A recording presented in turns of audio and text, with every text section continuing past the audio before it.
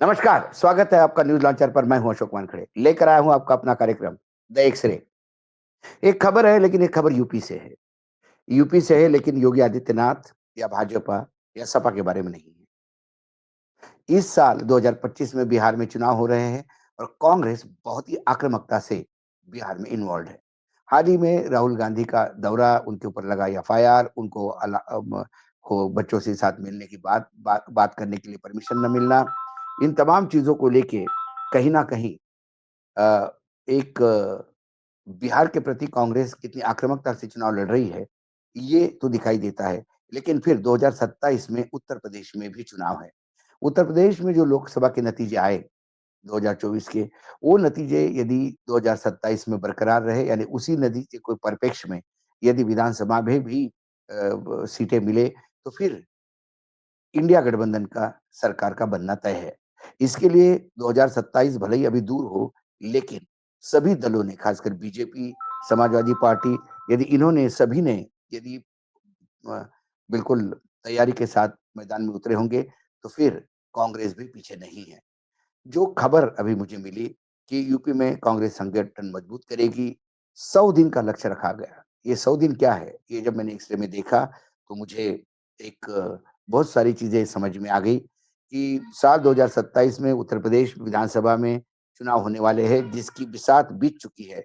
सभी पार्टियाँ अपनी-अपनी तैयारियों में जुट गई है और संगठन को मजबूत करने में लगी है। सूबे में अपने जनाधार को मजबूत करने के लिए कांग्रेस भी आगे आ चुकी है। कांग्रेस पार्टी मिशन 2027 की तैयारी में जुट गई है। इस कड़ी में यूपी कांग्रेस की संगठन सृजन कार्यशाला शुरू हो गई है। यूपी कांग्रेस राष्ट्रीय प्रभारी जो है महासचिव पार्टी के अविनाश पांडे की अध्यक्षता में कार्यशाला शुरू हुई है। हाईकमान यूपी कांग्रेस के हर संगठन को एक्टिव करने में लगा हुआ है। कांग्रेस अगले 100 दिनों में 1,62,000 से अधिक बूथ कमेटियों का गठन करेगी। कांग्रेस कार्यशाला में जिला, शहर, प्रदेश के साथ राष्ट्रीय पदाधिकारी भी मौजूद रहेंगे। इस दौरान प्रदेशाध्यक्ष अजय राय, साधना मिश्र, शशिकांत सैथिल, पवन खेड़ा, सुप्रिया श्रीनेत, अलका लांबा मौजूद रहेंगे। कांग्रेस अपने 6 लाख कार्यकर्ताओं को अहम जिम्मेदारी सौंपेगी। कांग्रेस 132 जिला, शहर, 832 ब्लॉक, 8,133 न्याय पंचायत, 1,62,000 बूथों पर मजबूत संगठन खड़ा करेगी। इस पूरी प्लानिंग को लेकर यूपी कांग्रेस प्रभारी अविनाश पांडे ने कहा कि यूपी में कांग्रेस संगठन सृजन का महत्वपूर्ण अभियान शुरू हुआ है। कांग्रेस 100 दिन में प्रदेश के से लेकर बूथ तक एक मजबूत संगठन खड़ा करेगी। हमारा संगठन बीजेपी के झूठ को बेनकाब करेगी। 2027 के चुनाव की चुनौती से निपटने के लिए युद्ध स्तर पर जुटेगी। यूपी की अस्मिता, गंगा जमनी तहजीब, सामाजिक न्याय जैसे मुद्दों पर अहम लड़ाई होगी। इस प्लानिंग का लक्ष्य ने पार्टी न केवल बूथ स्तर पर मजबूत हो, बल्कि 2026 में होने वाले पंचायती चुनाव में भी कांग्रेस पूरी ताकत से उतरेगी। इसके अलावा पार्टी के राष्ट्रीय सचिव और यूपी के सह प्रभारी राजेश तिवारी ने कहा कि पहलगाम आतंकी हमले की वजह से स्थगित किए गए संविधान बचाओ सम्मेलन फिर से शुरू होंगे। इसके अलावा राज्य भर में जय हिंद सभाओं का आयोजन कर कार्यकर्ताओं को जोड़ा जाएगा और जन मुद्दों पर कांग्रेस का पक्ष आम जनता तक पहुंचाया जाएगा। बता दें कि यूपी की सत्ता से कांग्रेस लंबे समय से बाहर है और ये स्थिति हो गई कि संगठन वहां नहीं के बराबर था। कांग्रेस का वोट शेयर 2.5% पे आ गया था। लोकसभा में जो संविधान को लेकर इश्यू चले और लोकसभा में जिस ताकत के साथ समाजवादी पार्टी और कांग्रेस गठबंधन चुनाव लड़ा, उससे बीजेपी 240 पे अटक गई। 180 पे टेक्निकली, क्योंकि एडीआर की रिपोर्ट ये बताती है कि 60 सीटों पर मशीनों का खेल हुआ, तो 180 और 60, 240 हम ऐसे गिन सकते हैं। तो यूपी में सबसे ज़्यादा झटका और महाराष्ट्र में सबसे ज़्यादा झटका बीजेपी को लगा और बीजेपी अपने बलबूते पे सत्ता पे आने से रुक गई। इसलिए बीजेपी के लिए भी यूपी एक अहम राज्य है। वो जानते हैं कि लोकसभा चुनाव में क्या हुआ, हालाँकि उसके बाद बाई इलेक्शंस हो गए, जो उपचुनाव हुए, उपचुनाव में जो जिस हिसाब से उपचुनाव लड़े गए, जिस हिसाब से सरकारी मशीनरी का उपयोग किया गया, इन सभी बातों को एक बात तो समझ में आती है कि एक टेक्निकल जीत चाहिए थी बीजेपी को और उन्होंने जीत ली। लेकिन अब संगठन के तौर पे भाजपा जितनी मजबूती के साथ खड़ी होती है, उतनी मजबूती के साथ कांग्रेस हमेशा नहीं रही। कांग्रेस का दुर्भाग्य रहा कि कांग्रेस को बेचने वाले लोग ही हमेशा यूपी के नेतृत्व संभालते रहे। इस बार खासकर जब अविनाश पांडे वहाँ भेजे गए, अविनाश पांडे के साथ एक प्रॉब्लम ये है कि अविनाश पांडे की दिल्ली वालों से ज़्यादा जमती नहीं। क्योंकि दिल्ली वाले ज़्यादातर खेल खराब करते हैं। अविनाश पांडे ने राजस्थान में नतीजे अच्छे दिलवाए। अविनाश पांडे ने झारखंड में बहुत अच्छा काम किया था, उसके बाद उनको उत्तर प्रदेश भेजा गया। उत्तर प्रदेश के बाद जब जिला अध्यक्ष नियुक्त किए गए, उसके बाद जिला अध्यक्ष की नियुक्ति जिस हिसाब से दिल्ली ने करवाई, उसका खामियाज़ा अविनाश पांडे को भोगना पड़ा, जो उनको घेराव करके लोगों ने उनके खिलाफ भी नारे लगाए।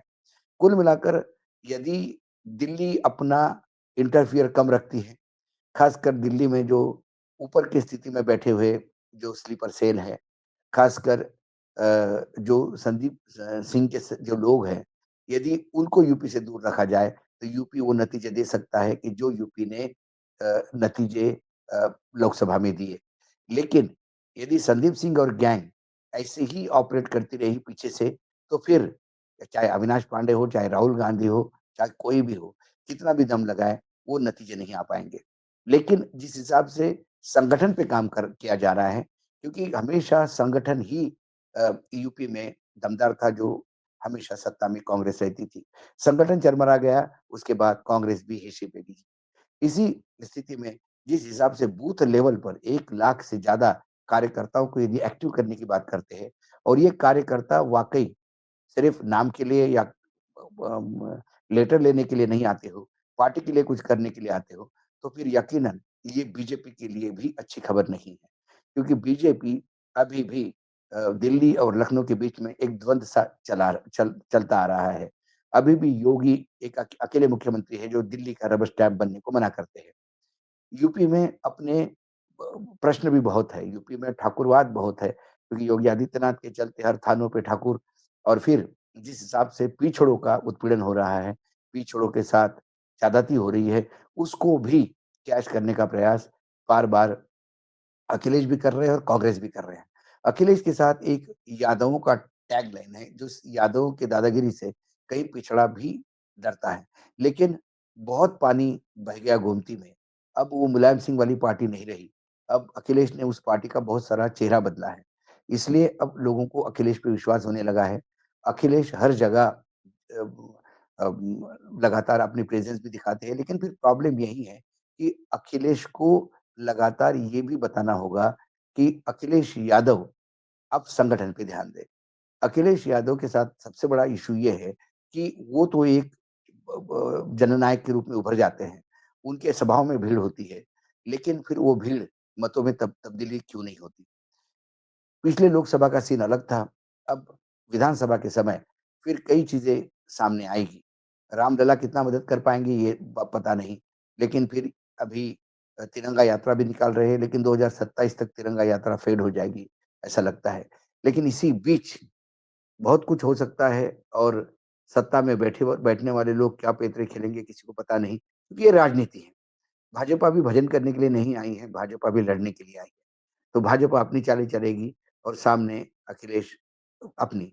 लेकिन अखिलेश अकेले पड़ जाते थे और कांग्रेस एक नाम मात्र के लिए वहाँ थी, पार्टी थी।